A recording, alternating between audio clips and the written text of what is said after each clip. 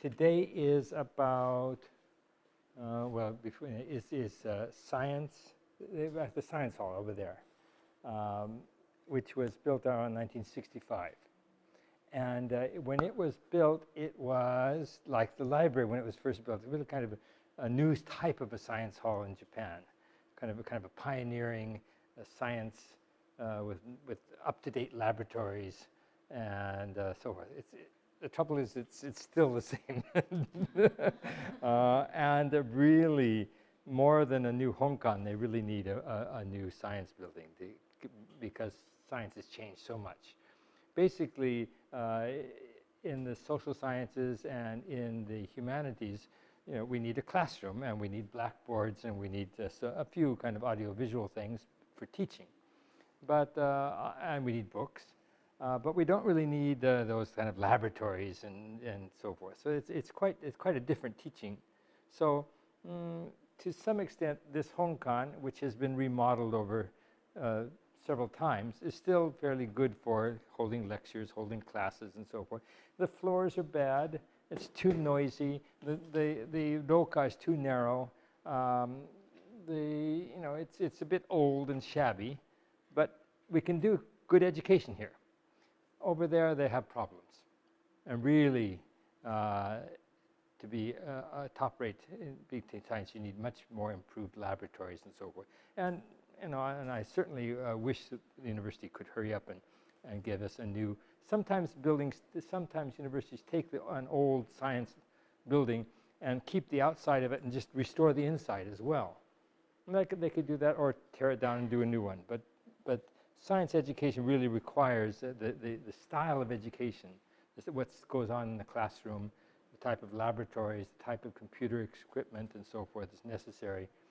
That means a building made in 1965 is pretty much out of date, which is kind of sad.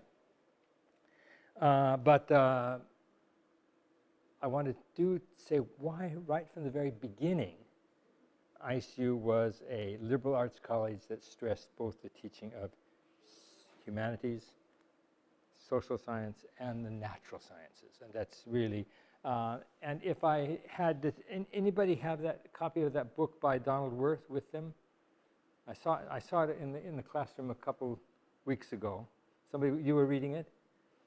It's a, I'll see if I, it's a book about Donald Worth, and it really does say, and the heart of a liberal arts curriculum, the natural sciences.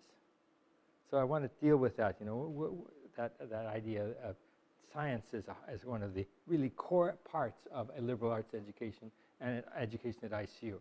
Anybody here in the sciences? No? Anybody here have taken courses in the sciences? 全然? 純粋な ICU の学生だったら if you really don't neglect your education in sciences, okay. But before I do that, I want to go back to Takeda Kyoko. And Takeda Kyoko was as I said, the educator here for many years. And I told you about her, that she was in educational thought, intellectual thought, political thought, religious thought, very kind of shisoshi. And one of the most productive and kind of well-known scholars in post-war Japan. And she's published many books and so forth. But I also wanted her influence at ICU was also that from the very beginning, she encouraged ICU to be actively engaged with Asia. ICU, from its very beginning, was a sort of partnership between North America, Canada, and the United States, and Japan. And some Christians founded it and so forth. And with the MacArthur and the SCAP influence during the occupation, there's also a very strong American ICU relationship. So you get a sense that ICU is really, they call it international. And Yuasa himself always was talking about it's going to be a very international, cosmopolitan university. But in reality, maybe ICU is more America-Japan type university. And even now, people say, oh, it's an American-style university in Japan. Well, Takeda Kyoko, right from the very beginning, stressed Japan's connections with Asia and the need to have reconciliation with China and to have sort of good relationships with Korea and with Southeast Asia and the Philippines. And she was, and I brought this to here, these very old panels from the Institute of Asian Cultural Studies.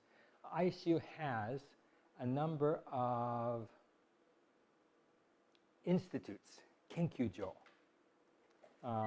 and there's an Institute of Education, there's an Institute of Social Science, and there's also an Institute of Christianity and Culture. And then one of the very earliest ones also is the Institute of Asian Cultural Studies, in which Professor Takeda Kyoko, Cho Sensei, was the director, actually from the very beginning, from like 1958 until probably into the early 1980s. She was the director of this, and encouraging in this Institute of Asian Cultural Studies that ICU should be looking to Asia as well as to Japan, as well as to the United States. This is a picture of Takeda Kyoko back in 1958, and with and Professor Yuasa, and kind of planning. It says here, the Committee on Asian Cultural Studies taken in 1959, kind of the early setup of the Asian Cultural Studies. So if you want to look at the kind of the history of that, there's this. And then after Takeda Kyoko, and the Institute of Asian Cultural Studies has its office just down the hall here, and has a little library of books, and it publishes, Asian Cultural Studies, a journal. And it also encourages exchange programs with Asia, and a number of visiting researchers are coming in. Right now, there's researchers from Korea and from China, actually right in the office they're working and so there's an exchange of researchers from Asia, and then a whole symposium and open forum, sort of a lecture series about Asia, and tries to keep, encourage, and then also it's been quite active in helping, making sure ICU not only has a Japan studies program, an Asian studies program, and encourages the teaching of Korean and Chinese languages at ICU. So it places that role of keeping ICU looking at Asia. There's some more pictures here, and it also was building up right at the very beginning when ICU was founded, built up the collection of books in the library about Asia, and had a good connection with Harvard University, the Harvard Yenching Library. And many books were donated from the Yenching Institute to ICU. And so if you go into some of the older kind of rare books and old books about Asia in Japan, you might see a stamp in there, gift from the Harvard Yenching Institute. Here is a planning, we thank Harvard Yenching Institute for supporting Asian cultural studies from the beginning. The photo shows Dr. Edwin Reischauer and his wife Haruko Reischauer. And the explanation on the photo says, Dr. Reischauer, noted authority of Japanese history and professor of Harvard University, spent one full day at ICU lecturing to the student body, conferring with ICU scholars on their Asian studies program. His address at the weekly convocation was on modern Japan in historical perspective. This is in September 1960. Reischauer went on to become the ambassador to Japan under the John Kennedy administration, and then he went back to Harvard, and actually he was my teacher at Harvard when I was a graduate student. So I like to see this picture of both Reischauer and Takeda Kyoko together here, as both of the people are connected with me in some small way. Here's the directors of this is up until about 1985 or so. Takeda Kyoko, Kasai Uozumi Sensei, Kasai Sensei, you might recognize him, and then there's me. uh, in a much earlier age, back in the 1980s. And there are several directors after that. The current director is Kojima Sensei, Kojima Yasunori Sensei. But I just want to add to the talk from last week is that Takeda Kyoko was very important in pushing ICU to have a contact with Asia. And one of her real concerns was particularly reconciliation with China and encouraging China studies at ICU. If you've been into the archives and you've looked at some of the early writings and publications of ICU, including the first bulletin from 1953, and if you look at it, you'll see right from the very beginning, ICU had not only professors of theology and Christianity, or professors of history, or professors of religion, and professors of literature, and professors of economics, but they had a fairly substantial curriculum in the sciences, in biology and physics, chemistry, and then also in mathematics. Right from the very beginning,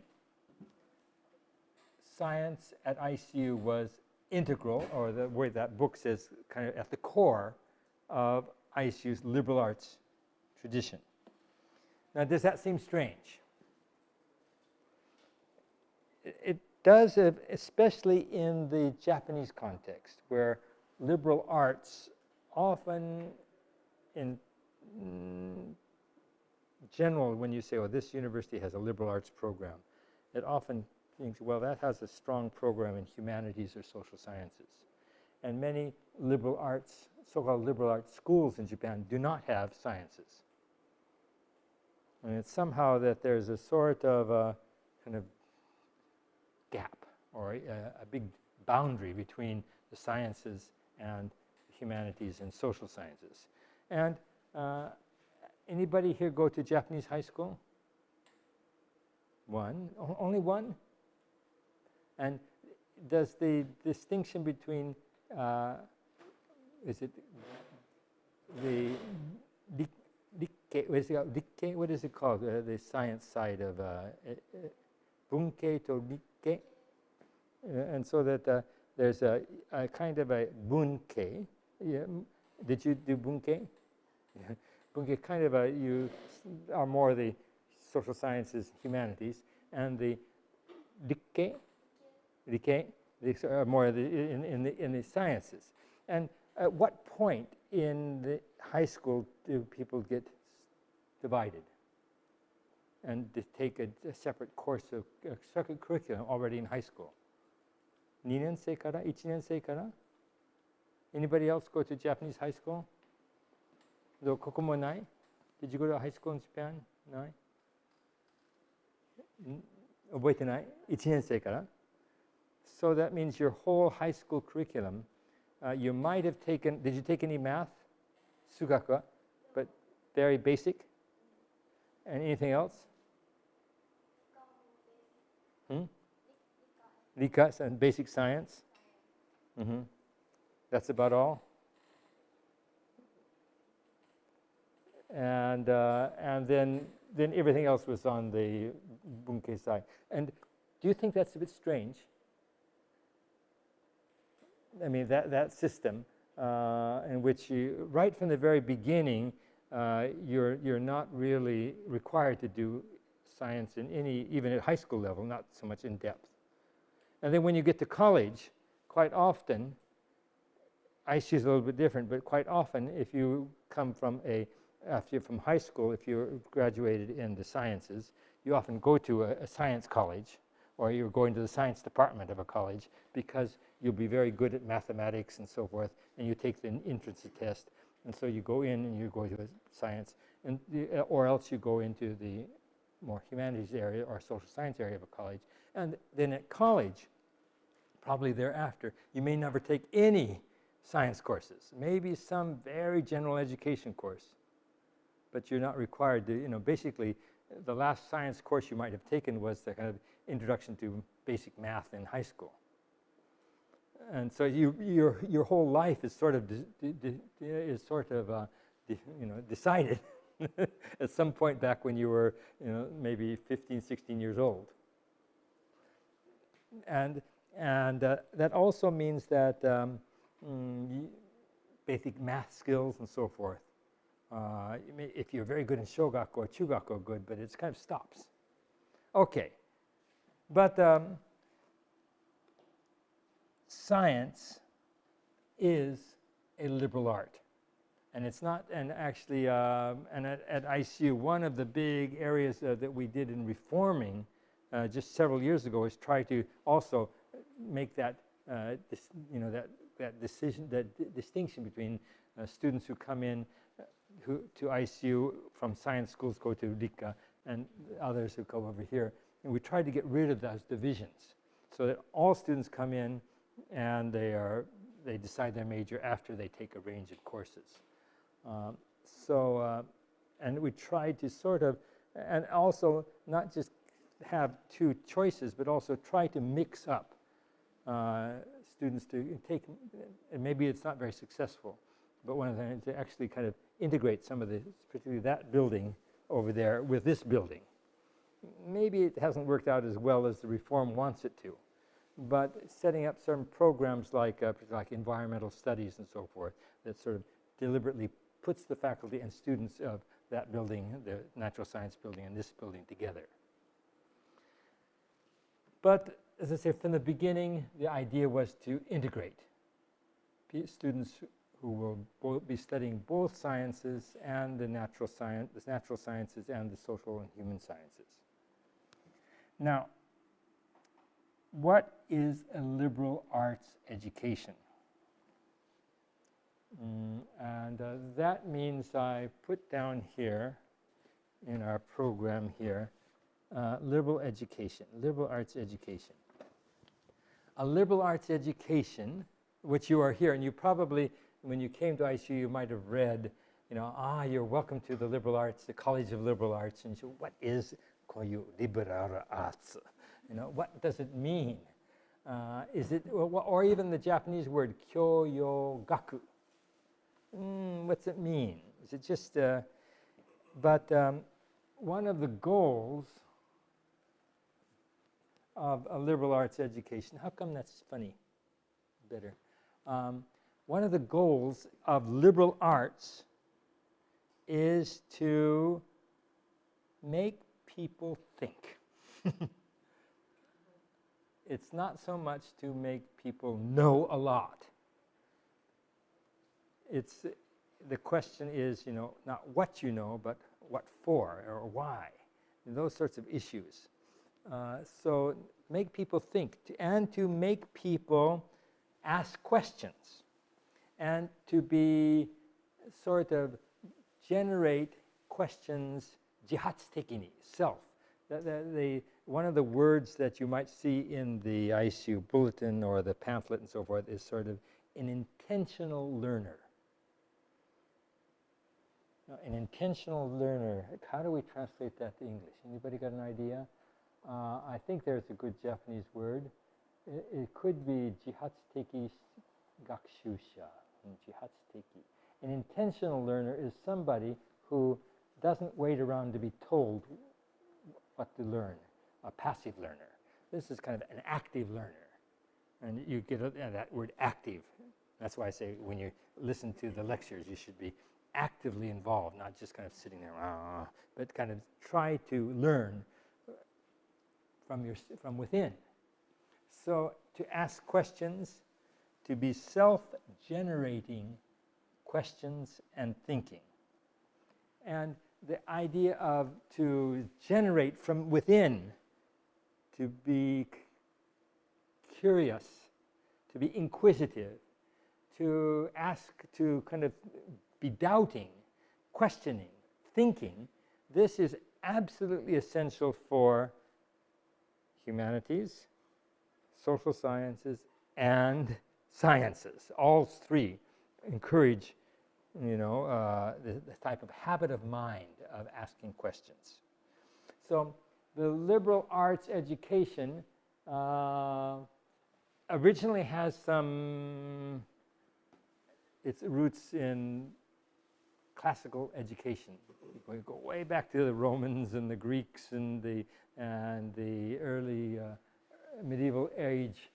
And it says here, liberal arts, artes liberales, are those subject or skills in classical antiquity which were considered essential to know in order to take an active part in civic life, to be, a responsible member of society. You need to know some things. What were they are? There were so-called 7 liberal arts. You can read them up there. But what are the 7 liberal arts? What? You can't. It's just slightly off there, isn't it? Can I change that?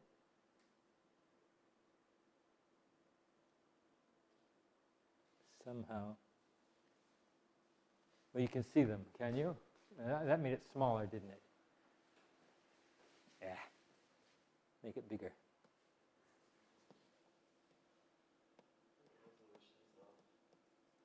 Okay. Where are they? Grammar. Do you all like grammar? How to write. How to write correctly. With, how to, so in other words, so how to be a good, how to be able to write well. And that's enough, it's important. Rhetoric. What's that? But this is how to speak well, how to make presentations, how to speak, how to make a speech, how to get your point across, how to argue, how to debate, how to have discussion. In other words, you have to be able to write well and write down clearly your arguments, and this is what I want, this is what I think, and so forth. And you have to be able to express yourself. So the grammar, rhetoric, and logic. Logic, what? What's logic?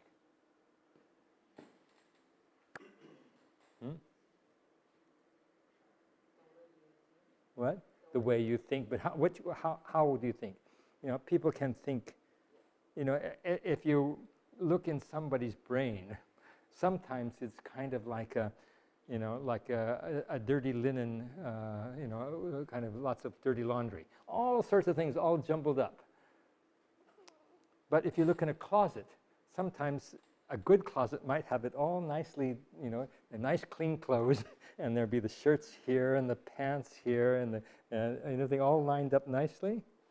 And there might be some reason, because maybe it's from the small size to the big size, but there's some logic to it.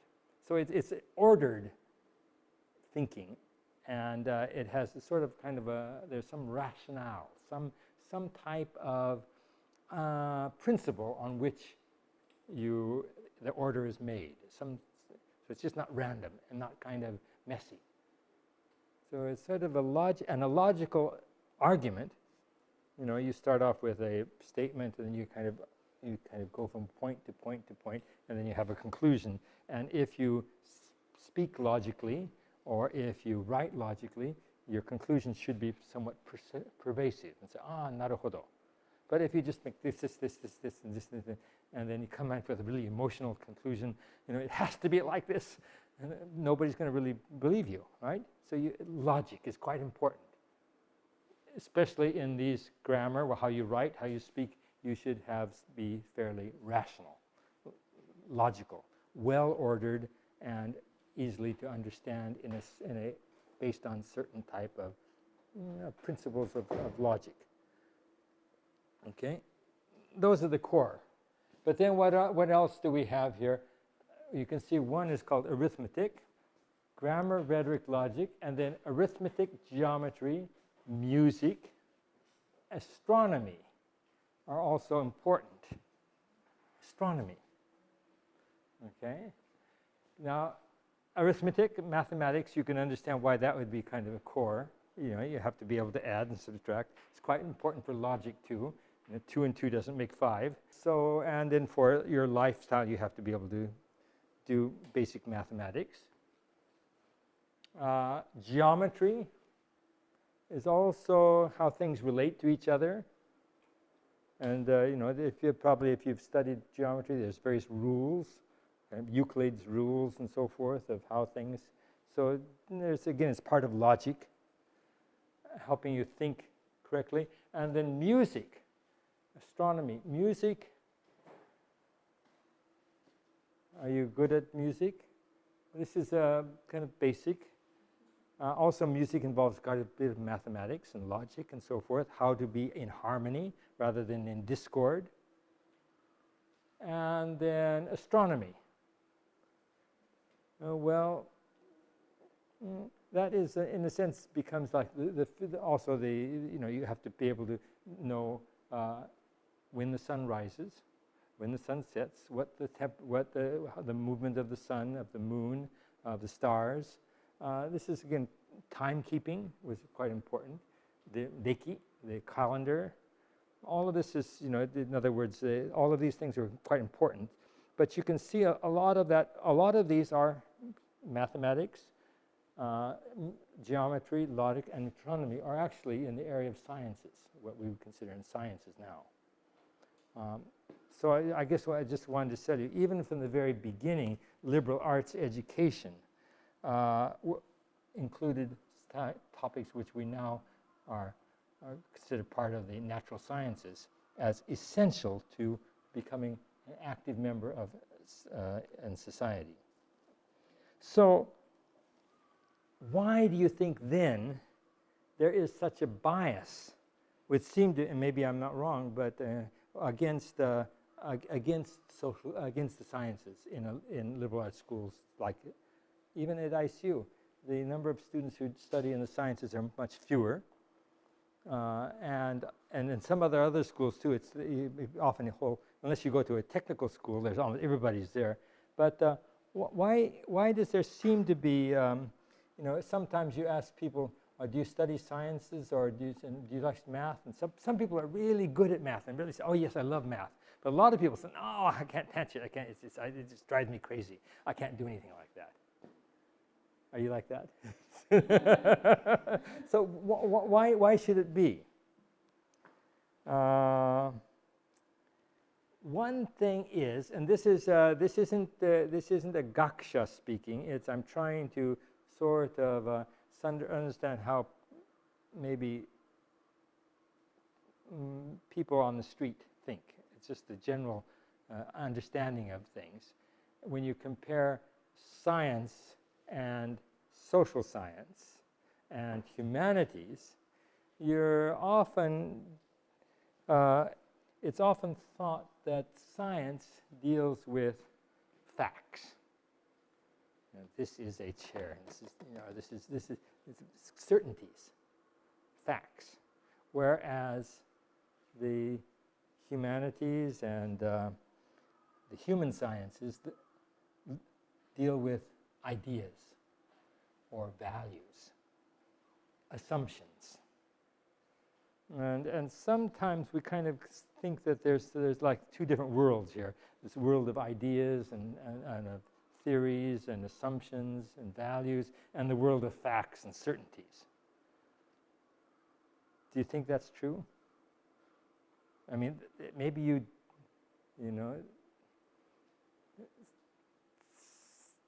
some people have those ideas. But let me ask you another question. Is there absolute knowledge? Do you think there is something that is absolute knowledge? This is completely true without a doubt. Can you think of anything? You're shaking your head. There's nothing absolute. Anybody want to defend absolute knowledge? I hope not.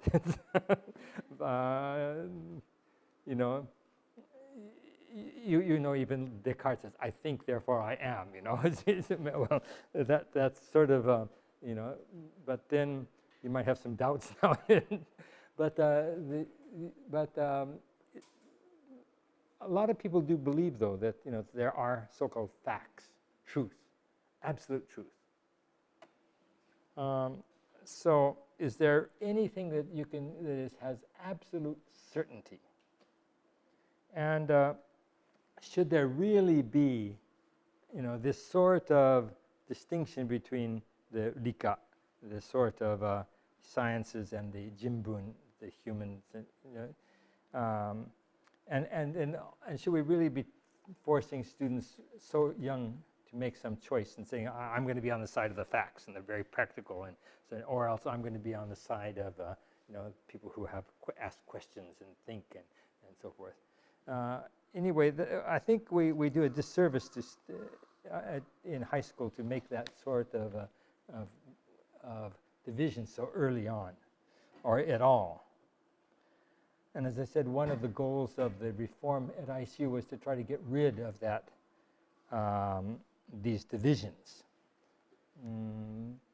The university used to have, and so if you've looked at the ICU history, it used to have divisions of humanities, social science, languages, education, and natural science, and then finally international relations or international studies. There are these, and these were these divisions. And we try to get rid of the divisions and have one faculty of liberal arts that integrates arts and sciences to try to bring them together. That was the goal. So there's a series. As I said, is there really a fact? Is there something that you can know without questioning? And I think you kind of know the answer as well. Maybe there isn't. Is there anything that you can say with absolute certainty? In 1973, the BBC had a film series called The Ascent of Man, and it traced the sort of, it's all kind of a classic documentary on the history of humans. And one of the very last episodes of this, I think it was like a 13-part series, and a lot of it is still available on YouTube and so forth. One of the last one is called "There is No Absolute Knowledge, Knowledge or Certainty," and it dealt with. It went on. It was basically doing the sciences. But in the sciences, there's also, people do think that, there are facts, these are certainties, but it's actually said the whole thing about science is actually people have doubts. There's some problems. How do you solve them? And then you go from this one to this one. And then there's also the whole idea of like even in very more advanced science, there's sort of uncertainty principle. You can never really know. You can try very hard to be objective. You can try very hard to follow so-called the scientific method and kind of get as close as you can to something that is verifiable. But there's always going to be doubt. There's always going to be room for change and a new interpretation. And actually the whole advance of science that has created our modern world is based on people having doubts about what was supposed to be true. So I wanted to show, and then also this thing warns against people who have absolute knowledge. What happens if you believe that you are absolutely correct and that everybody else, and that if you have, what happens if you are somebody with political power? Or even economic power, and you're up on the top, and you have lots of people under you, and you are absolutely correct, and and you have to kind of basically make everybody else believe you. It becomes a sort of like a dictator. It becomes a sort of, so it's actually if you know people who know exactly what's always true, you're you might stay clear of those type of people. Let me just show you what this very short clip. This is the conclusion of it, and it's a warning. It's a sort of warning about being too convinced that there is absolute knowledge. The narrator is a man named Boronsky, and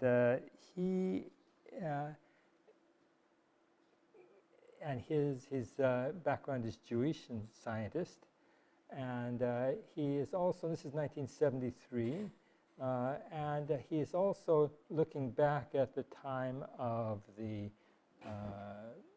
Holocaust and the time of Hitler, and of the belief in the power of science and control, absolute control, and the sort of, some of the tragedies that resulted, particularly among the Jewish people, in the Second World War, including trying to get rid of these sort of undesirable types. So he is, he kind of looks at that at a time when the kind of the rather tragic results of when people believe true absolutely. So let's just look at this. Well, touch people is that last one. We have to touch, and that science is not something that is absolute. It's always on the edge of error. It's always on the. It's an assumption too, and so. You might want to look at the whole film, Knowledge or Certainty, or look at this episode again here. Could you follow him? The words.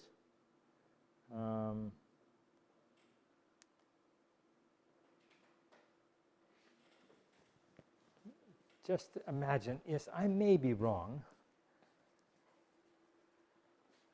Yeah, and that's why also when I teach my classes and so forth, don't believe me. Just and I think a lot of it, you shouldn't be just sort of, imagining that you're going to get the absolute truth. It's always going to jihad stake. You should be questioning. You should be learning, and that's going for and that happens in the sciences as well. There's now. Why should science be important in a liberal arts education? And that's just, rather than having it in a, maybe allowing, we see, say, as in probably in most universities in the world, you have a science department which is quite apart from the other parts of the university. Why should we really want to integrate?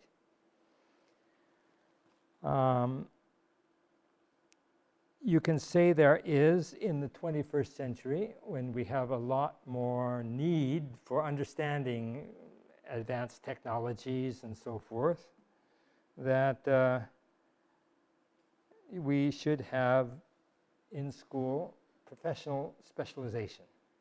Okay, we need people who are going to spend 4 years working on a topic of and becoming, and maybe going after that to graduate school and working so that they can become really committed scientists and know lots of stuff in their field. But there's another argument that can be made for the importance of broad and integrative knowledge, that you can take this, in other words, have a more broad approach to your education.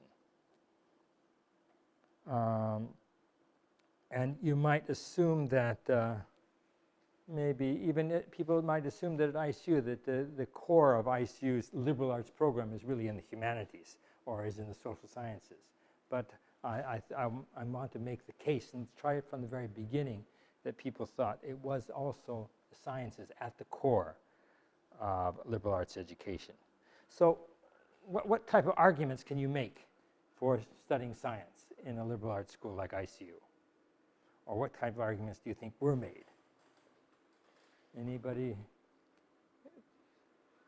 from all of you who are not scientists and probably haven't taken too many, why do you think you should take some courses in the sciences? You don't. You have a few years left, some of you. You're going to say something there? Empirical method. Empirical methods, yeah. Which can be applied to pretty much any field. Yeah. Okay, so it's the experimentation, seeing things, touching things. Okay. Anything else?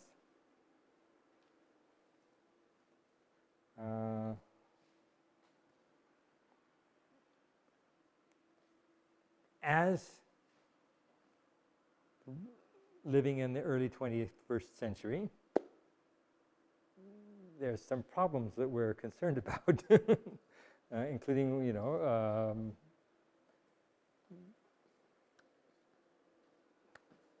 hunger, okay, global warming.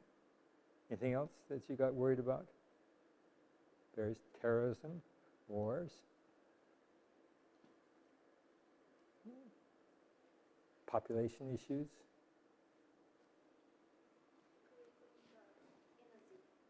Energy, fuel, natural resources, depletion of natural resources and energy sources. Yeah, anything else? Poverty, yeah, okay. You got some ideas there, huh? What are you going to do? You have a worry? Some of these problems are really big. And shall we say like global warming? Big issue, and it's getting, the world is, and it seems to be quite clear that global warming is man-made. It's not just a sort of, the world is just a little bit of a natural occurrence of it because of the pollution and so forth. But we have to solve the problem of global warming. So shall we tell those people over there in the Natural Science Building, お願いします。やってください. And just stay out of it? And just kind of hope that they'll do it? And can scientists alone solve the problem of global warming? Okay, you said you shook your head. No? Who else is needed? It's a big problem, right? Other people who can think of other ways, like environmentalists or not just science. Mm-hmm. Humanity. Well, for example, what kind of thing? Does Dominique have an idea? You seem eager here. I guess one of the issues today in most countries is that a lot of the people in power aren't very scientifically literate, and universities should produce people in the liberal arts who also are scientifically literate, who can comprehend and contribute to the Okay. Often, as you say, people in power may not, be able to make good decisions. Anything else? Got it? Maybe the points about the liberal arts and how the people should be logical and what's the word?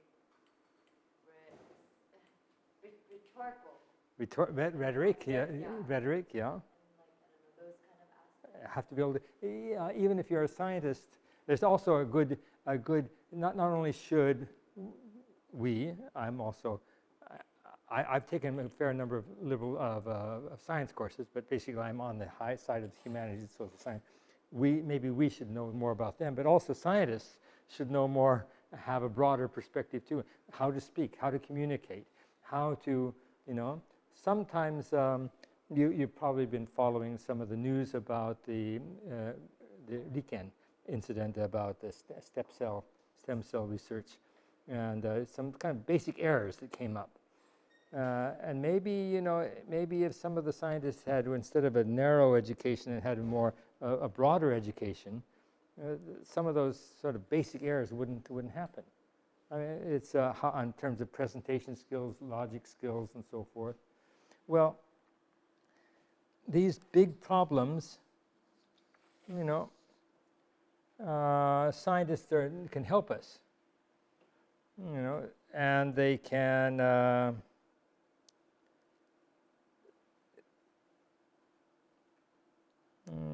technology, new types of media, new types of can give us, but we have to, I guess, other people have to understand the science. They have to be able to interpret the charts, the graphs, and you say the people in power, but also in everybody as well has to be involved, and not just simply amakasemasu, you do it, and we'll just kind of sit back and wait. To be an educated person in the 21st century demands an appreciation, understanding of natural sciences, of math, of chemistry, of physics, of biology, even astronomy. And in other words, if we're going to participate in problem solving of things that are common humanity, we have to have some background in sciences. But the other thing is that these big problems are not going to be solved by scientists alone. They have to, and you said rhetoric. Who said rhetoric? You said rhetoric. Anybody else? You got another thing? Well, and also grammar. They have to communicate their findings. So also, in other words, science matters at a liberal arts college because the problems facing our global community will not be solved by scientists alone. So scientists have to be able to communicate well. They have to be able to communicate logically, clearly, persuasively in oral, written, digital formats, especially writing. So we have to make sure, again, this is that all of our students, the people who study sciences as well as the humanities, are able to communicate orally, in writing, and on digital format as well. And to get your message across to the wider public, again, you need to have a kind of cooperation between economists, political experts, sociologists, philosophers, historians, and scientists. It's just it's not, we can't really easily divide people into these. So you need, maybe scientists can help us if for global warming, find what are the root causes, help us a little bit. But we need people in the humanities, people in the social sciences to evaluate the impact on human population. And we need journalists to communicate this. There's all sorts of different roles here in problem solving. And you need this, so at ICU's environmental, and then the ICU has an environment studies program, and there's not only environment ecology from the science, but there's environmental history, there's environmental literature, there's environmental ethics, all sorts of different sorts of approaches to the environment issues.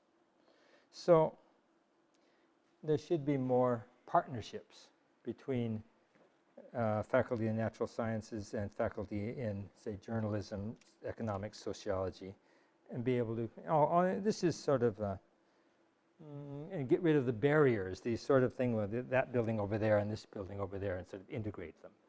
Maybe, it might be a good idea that if they are going to restructure ICU, build up a new Honkan, maybe they should tear that building down at the same time and put everybody in the same building, and so physically show that there is no barriers between the social sciences and the other ones. It's sort of having a separate natural science building gives you the sense that that's a sort of kind of completely separate. So maybe we should think about how to get rid of those barriers. So now, let's assume that science are important. Okay, we got that. And a college of liberal arts, even a small college like ICU, we want to encourage science and of all students. And that means also, even those students who study sciences, we want to make sure they have a good fair amount of liberal arts on the humanities and the social science as well. Okay, we got that. But ICU is also a Christian school. So that makes the next question, why study science at a Christian school? Again, we're kind of saying, well, we have this sort of, you might have an assumption that you might have kind of, well, there's knowledge and absolute knowledge and sort of assumptions and values and ideas. But then there's, well, there's religion, which is faith and unverifiable and so forth. Whereas, again, realities and facts and so forth on the other side. So, so how about science and religion? Why should sciences be important in a liberal arts education at the International Christian University? Are they not opposites? You might, somebody say, oh, you know, that the Bible tells you that God created the earth in 7 days, and the scientists say that there was an evolution over, you know, billions of years. Who's right? Okay. Donald Worth was one of the very early teachers of physics at ICU. He came to ICU in 1954. That's the same year that Professor Kasai, who entered ICU, was here. Then came to talk with us. That's the second class of ICU. And he was retired in 1988, so he was here 34 years.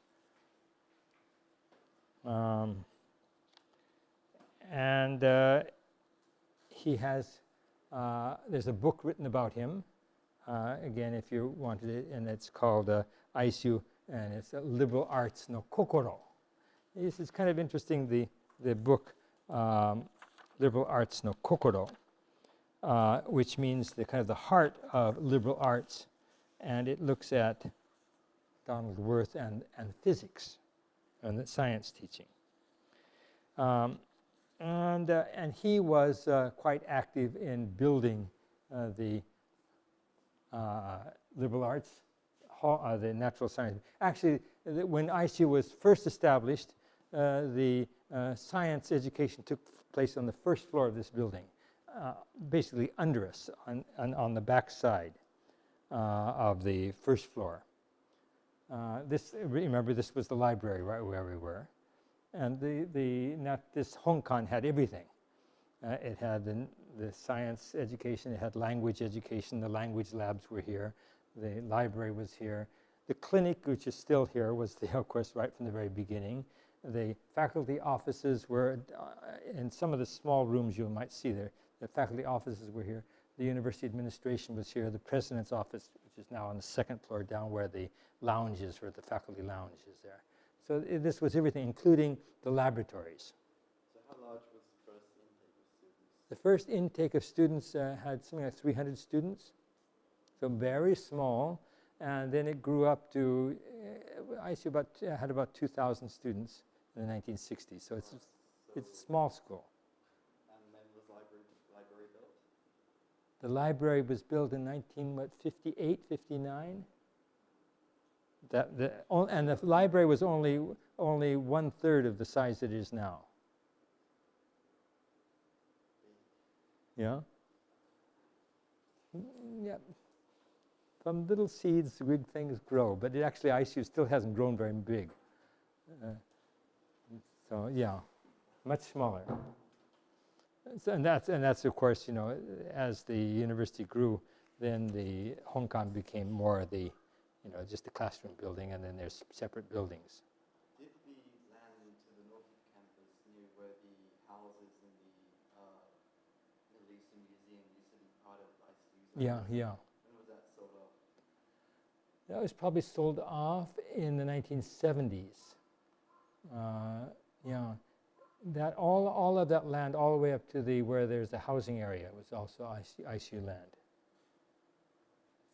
And And remember, I showed you in the map, it went all the way, even as far down to where the American school is. Okay, I'll show you a picture here of the campus in a minute. Let's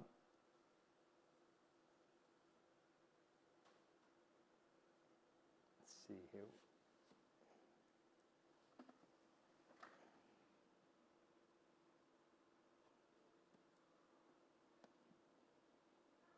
Okay, but here's the in Hong Kong, the natural science laboratories. This is back in the early 1950s, like 1955, 56.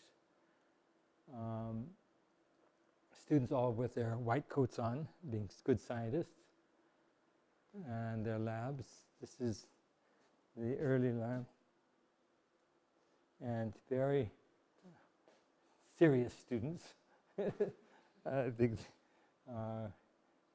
working on their projects. And here is 1965. There's a picture of Donald Worth. Is the class he received a fellowship. And actually the natural science people had a separate curriculum, which they did sort of, students who came in, it's a little bit changed now, but it would have 4 years of all doing science. And they took some general education courses and so forth, but they were much more kind of focused. And they're also trying to send as many of their graduates from undergraduate into graduate school. And here's Aoi, who went to University of Indiana. And these are so-called up-to-date technology. So it tried to very much be on the forefront at that time, using various tools. And then here's Don Worth in physics. And actually, he was actually looking at nuclear physics. And but also he was quite interested in solar power as well, solar power, and trying to work out issues.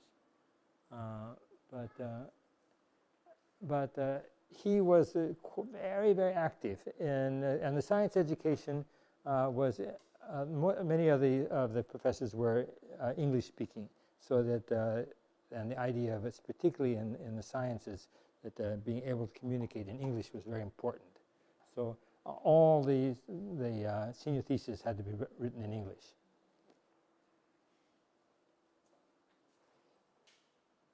And then he wanted to set up this is the new science building, and looking at the model, how it's going to be looked at. And it's, the plans were to build it right there. And so this is looking at the plans and the constructions taking place. And then here's Don Worth again with his hard hat on, and the construction process taking place. And here's the new science building in 1966. This building here, the Hong Kong there. You can see the campus looks a little bit different. And Dominic, you were looking at those lands back.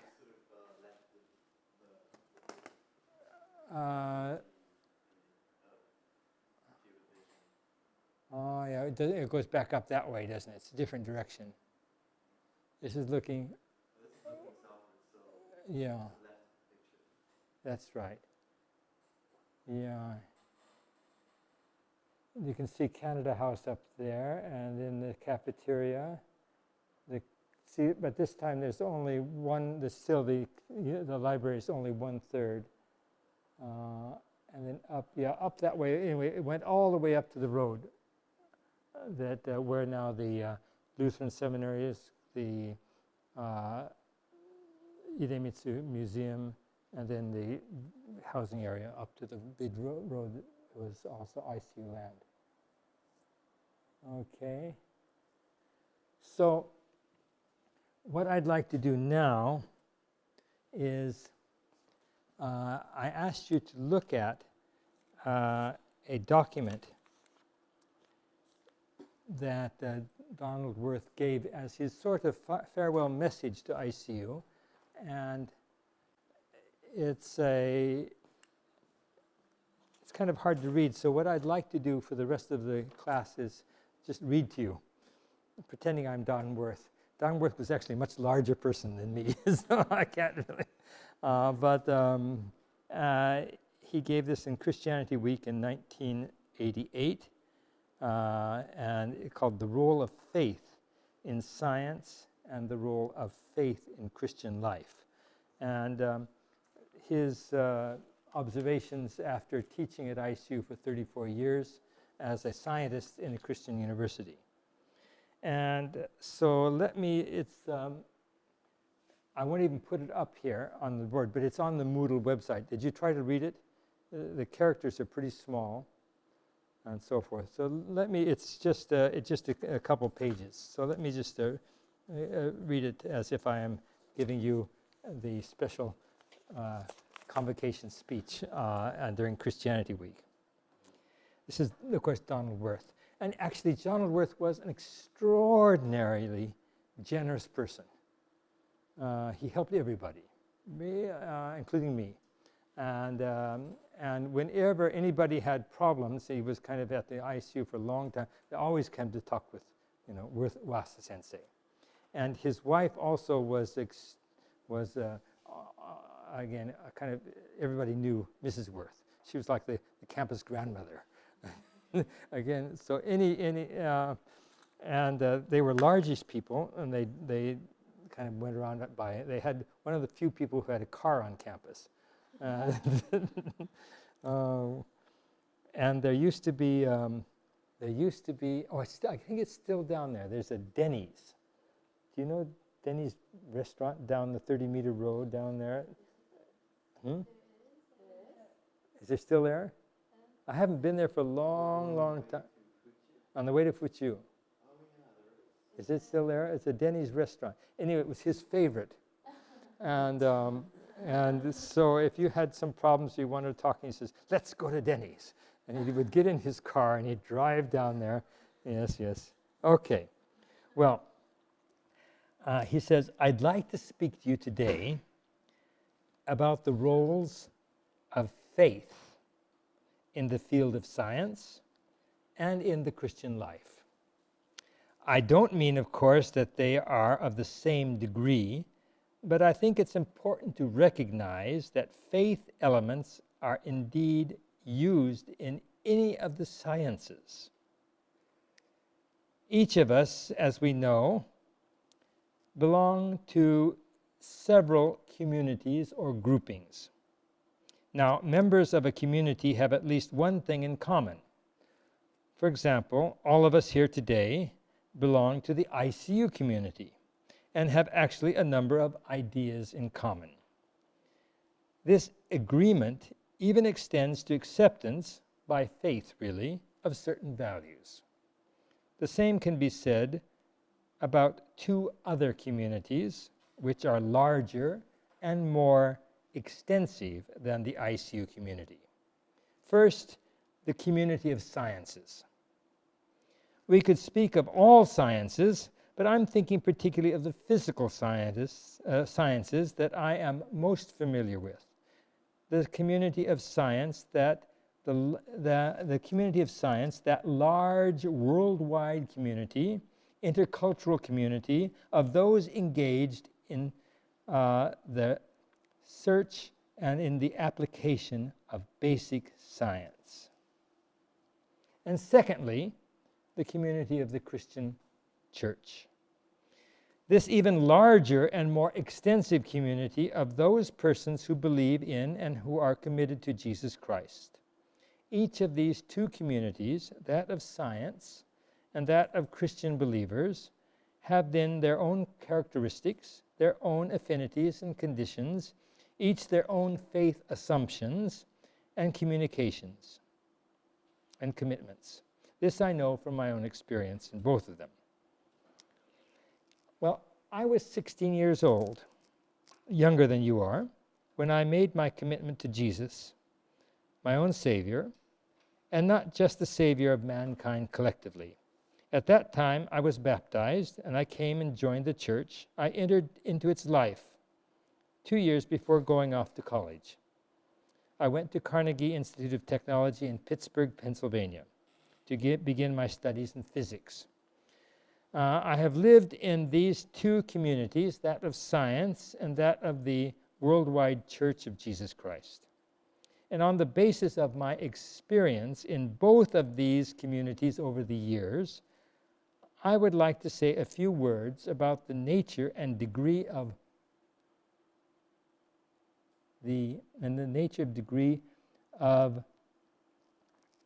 the faith assumptions and of the experiences in each of these areas.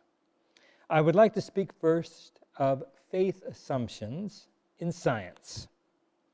A common misperception among non-scientists is that scientists have no presuppositions and do not use faith, the characteristic of faith in their activity, the characteristics of faith in their activities or beliefs. Well, this is wrong. For instance, it has been erroneously said, in areas of confusion, complexity, or ignorance, one may have to proceed on faith. But in areas of exact scientific knowledge, we proceed on the basis of demonstrated fact. Now, not only does such a view or statement represent a distortion of the actual situation in science, it belittles human creativity in the sciences, something that those of us in science, particularly in a liberal arts college, are quick to assert that science belongs in the liberal activities of mankind.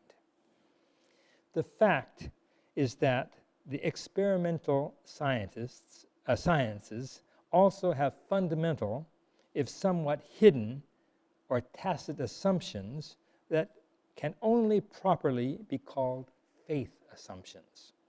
I would like to mention several of these, not comprehensively, but just a few of them.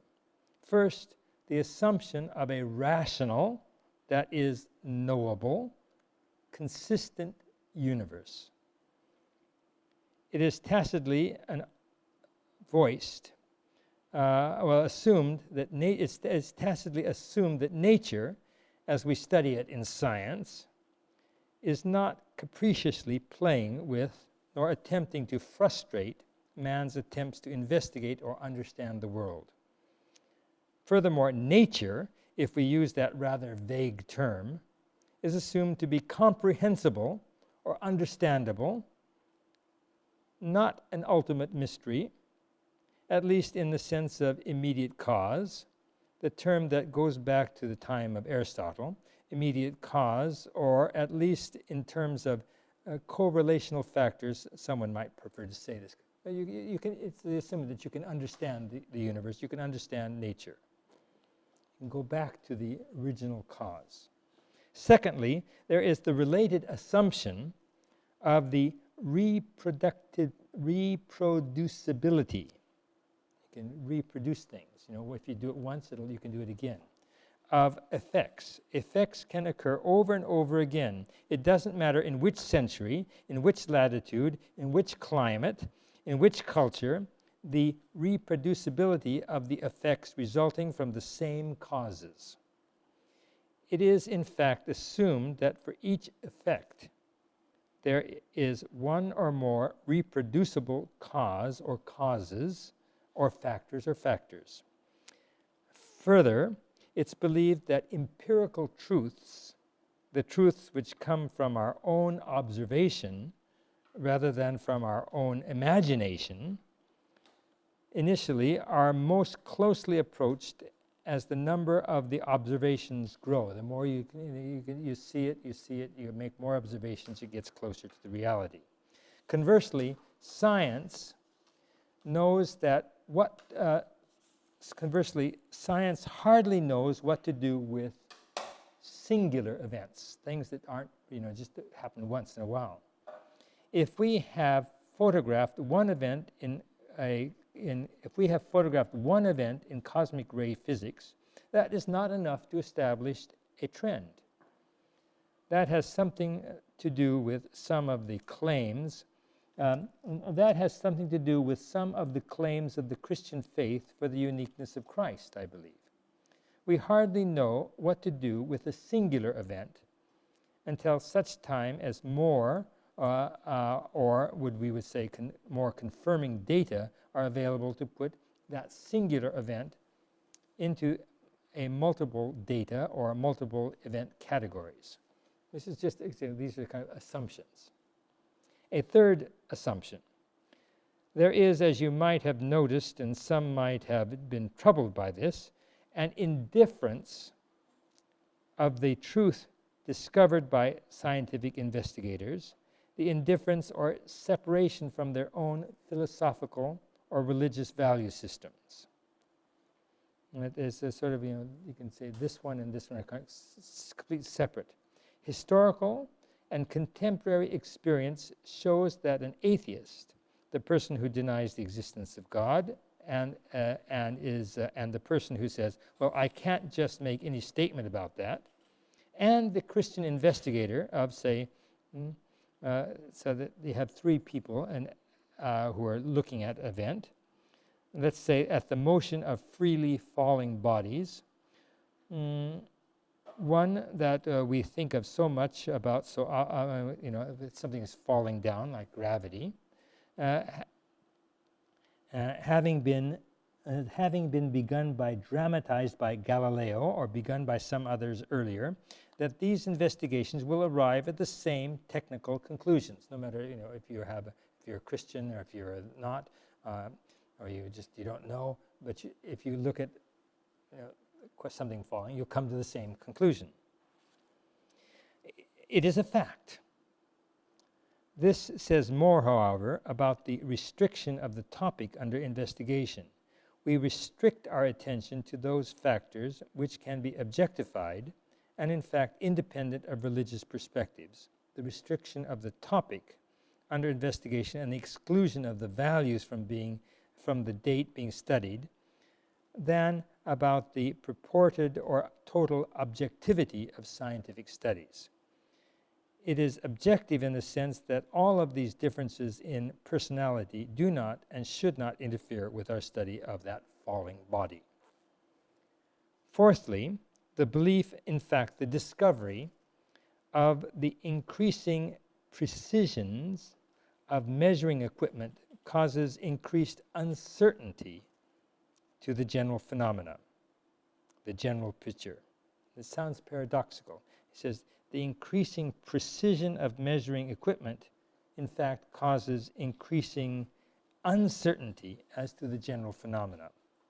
Paradoxically, don't you think? Certain types of phenomena which might have been observed in more general, that is, less precise measurements, are excluded by the very specificity of that equipment.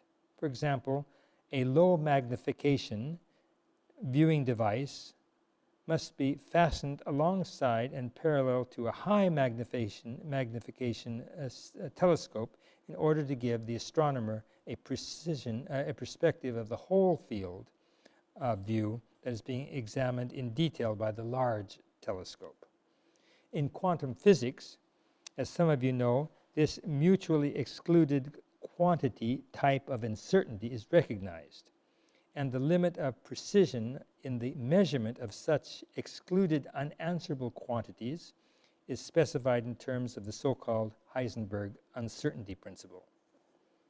Now, I want to add one summary comment before we leave the presentation of science, presuppositions of science.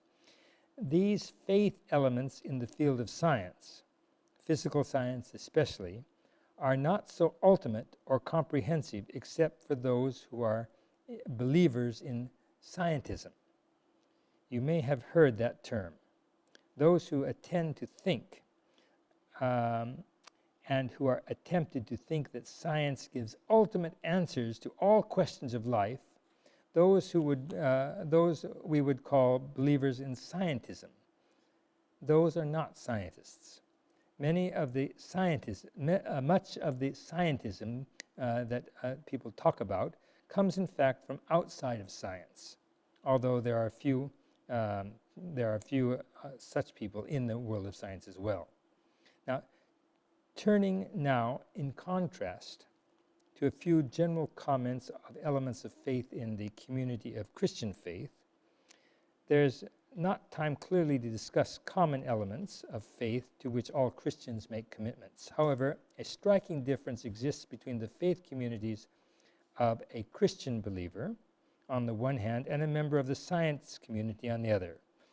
That of the Christian is more comprehensive and ultimate, more pervasive, penetrating every area and fiber of one's being than are the faith assumptions of the scientists, as seriously and important as they are. Also, as members of the community of science place reliance on their intellectual and their individual intellects and collective wisdom, there is a sense in which they rely on nature. But for interpretations, they are placing ultimate reliance on their own individual intellects and collective wisdom. But on the other hand, members of the worldwide Church of Christ find their ultimate meaning and strength for daily living through surrendering their inner wills to God, giving up their own self-dedication by accepting and identifying with Christ's sacrifice on the cross, by dedicating their wills and their intellects to empowering wisdom, the wisdom which comes from God and which provides power and guidance. These believers have experienced and continue to experience the empirical truth in their lives of Christ's impressive statement, "Whoever loses one's life for my sake will find it." In conclusion, may God enable us to appreciate the mind-stretching findings of science, sometimes painfully in contrast with our own limited understandings concerning the truth of God's world and universe, and also to experience that life-directing, life-fulfilling power of God, which is made available to those of us who've given their ultimate loyalties and their lives to Christ. You can see, again, the vocabulary that he uses here, you can see he's very committed Christian. And I think that probably none of the, our faculty here today are speaking this type of terms anymore. They do live their lives as Christians, but they also are scientists. But he's saying, well, maybe there's, we have these two different communities, but both of them are based on certain faith. Even scientists have certain, you expect this to, you can't really prove it. Again, there's always an uncertainty, but there's certain assumptions that are faith assumptions, and then also as a Christian too, there's also certain faith assumptions there. But I think he is also, and I think the one point that right at the very beginning that I thought was about the liberal education. Not only does such a view or statement represent a distortion of the actual science, it's saying that science knows everything, but it belittles human creativity in the science, something that we in science, particularly in a liberal arts college, are too quick to assert, that science belongs to the liberal activities of mankind. That sort of, that science is both the humanities and the social sciences, and the sciences demand a great deal of creativity, of questioning, doubting, searching, trying to find something new. And perhaps that means also doubting something old, and sort of, kind of trying to refine one's knowledge. And also that means the sort of, that kind of constant search takes place. And so that the idea of looking for maybe kind of creative, critical thinking, that basically, that ICU really talks a great deal about critical thinking, that you just kind of assume, is that really true? Or how can I verify it? How can I know more? How can I question? What should I do? Okay. Well, I'm not sure if I did justice to Professor Wirth. If anything, I probably showed you, even as late as, he was teaching in the 1980s, the kind of different climate that might have existed at ICU in that time, in the 1980s than now, just to give you some sort of the kind of contrast. But I do also want to just go back up to the idea, if I had any say in terms of the future direction of ICU, I think we have to really integrate even further sciences and the natural sciences and humanities together, and perhaps get more people who are on the humanities side of things into the sciences, and more people in the sciences into the humanities and social sciences area. And that's part of what I think the ideal of a liberal arts education is about. It still is our tendency is to kind of push apart rather than to come together. And it's up to the university's curriculum and so forth to kind of bring these two together. Okay, you got some little bit, again, a lot of the things we look at how ICU began in the 1950s and see how it changed. And I think you got some sense here as well, too. Now, where are we doing here? What's coming up? Your paper's rough draft, okay? Have you started writing? And I've seen a couple of you over in the archives. Everybody been over there now to kind of look in? Lots of the materials there.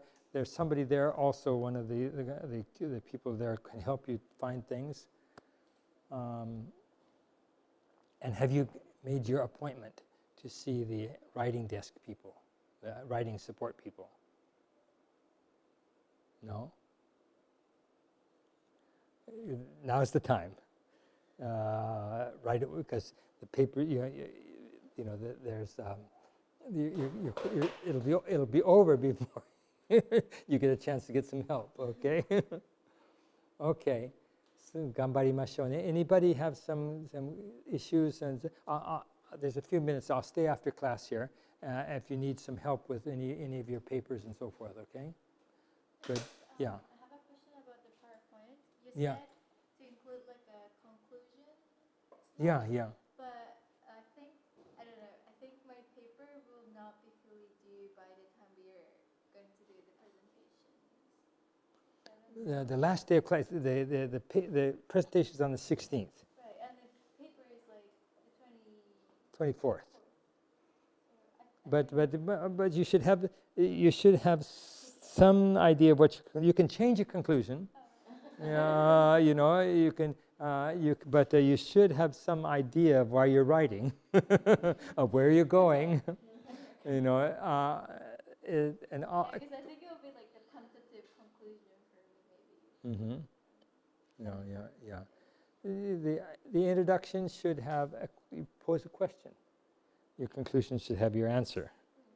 So you can refine your answer.